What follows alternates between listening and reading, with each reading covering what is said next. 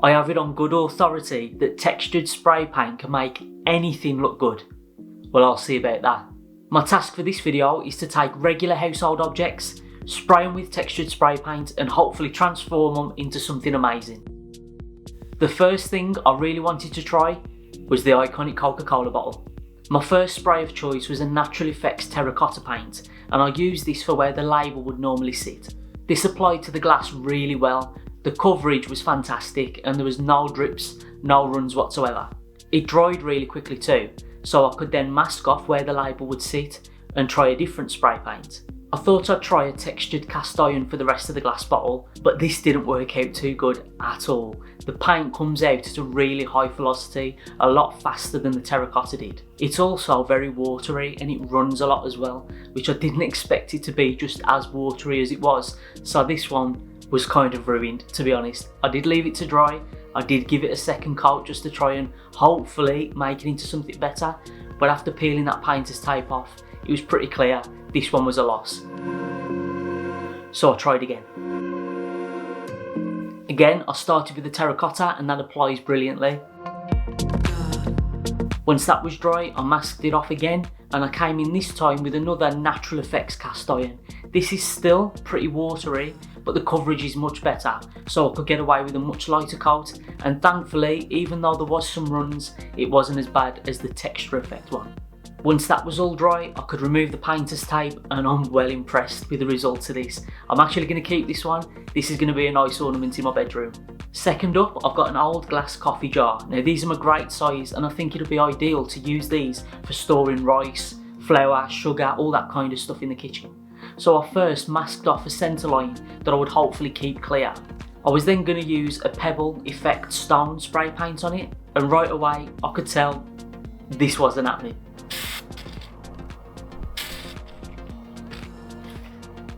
After one spray, the nozzle was clogged. I removed it, I even tried swapping it out with a different nozzle from an old spray can that I'd got. Still no joy. I had to resort to using a little pin to try and dig out all the stuff that was clogged in the nozzle and just do my best to try and get the spray to work.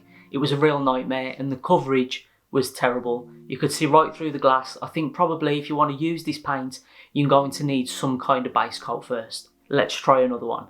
I tried a little bit of a different masking pattern on this one. I did a couple of vertical lines, thinking that way when you've got stuff inside, you can see how much you've actually got left in there. And I also decided to use a different paint. I used some more of the Natural Effects range rather than the textured range, and this one is a limestone.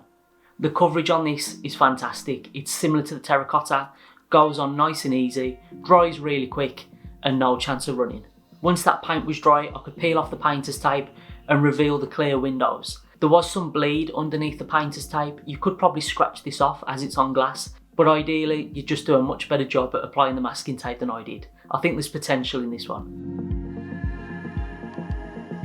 Next up, I hadn't learned my lesson about using that Pebble Effect stone spray paint. I thought I'd give it a try on a baking tray.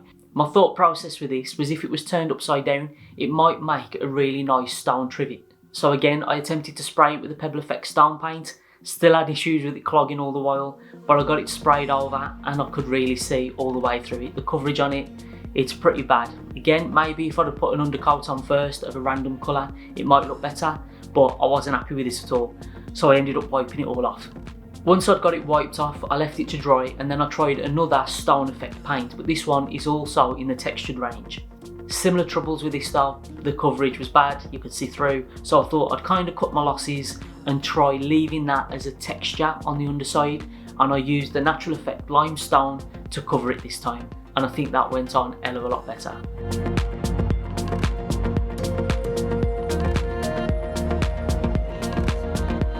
After those few issues that I was having, I was hoping I'd have a little bit of an easy win with the next one. I thought I'd try some of my plant pots. These are basic black plastic, and I thought I'd add a bit of texture just to give them a bit more interest. Because the pots were plastic, I thought I'd give the textured cast iron another go. It didn't work so well on the Coca-Cola glass, but it might be better on this one.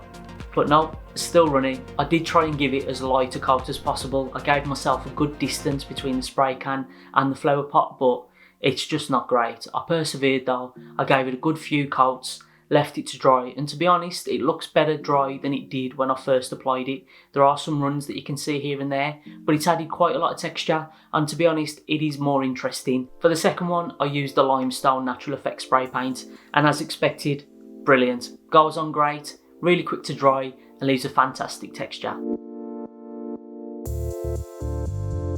Lastly, I was thinking about using the terracotta paint, but judging by the limestone, I know that would go on brilliantly, so I tried the natural effects cast iron instead.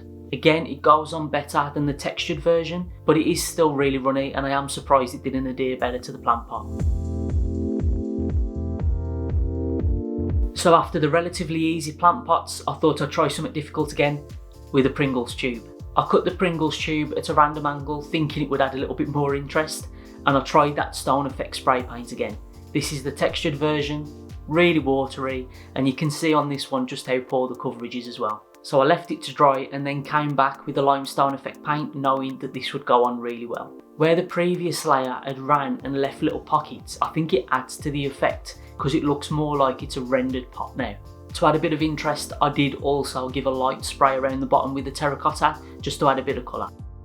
It's not great, I'll give you that. You can still see the cardboard join lines around the edges, but I think the concept is pretty good, and to be fair, with this just being spray paint, I'm quite happy with it.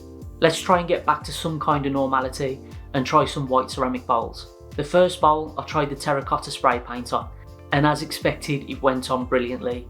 Really even coat, no runs. Once it was dry, it offers a great texture and it gives an overall brilliant finish. For the second one, I thought I'd try the natural effects cast iron spray paint again, and as expected with this one, it also ran a lot. It puddled a lot in the middle of the bowl. I did try my best to give as light a coat as possible, but to no avail. It just seems like this paint will run if it's on anything other than a flat surface. While I was still using that cast iron spray paint, I thought I'd try it on a small drinking glass. Again, it runs. I've kind of given up at this point in trying to not have it running, but I am pleased with the results of this. I'm going to use this in my bedroom as a little pencil pot holder. I had actually got the glass in my bedroom and I used to put pennies in there, just change out my pocket, so now this is going to look a lot better. And last but not least, this cap. I thought I'd try something that might stand a chance of working well with the stone effect paint. With the peak on the cap being material, I did hope that it would absorb the watery paint a lot better, and it did. The paint was still really watery, I still had a lot of drips and it ran a lot, but once it was dry, I think the effect is quite good. The coverage isn't perfect, it could have done with another couple of coats, but overall, this is probably the best result that I've had from the stone effect paint. Maybe I could start a fashion line of stone effect clothing. So what are my takeaways from texture effect spray paint? I think the more the texture, the more difficulty you're going to have in spraying it. The nozzles clog really easy.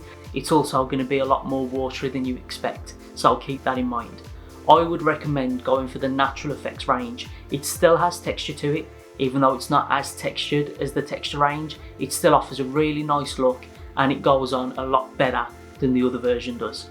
I really hope you like this one. I hope it's giving you some kind of insight to these different textured spray paints, some things to look out for, things that go wrong and things that actually go well too. If you like the video, please give it a thumbs up, leave a comment down below letting us know, are you going to use any of this textured spray paint? Have you got anything in mind that you want to try?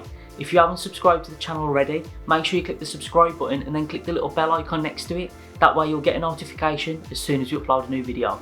Thank you all for watching.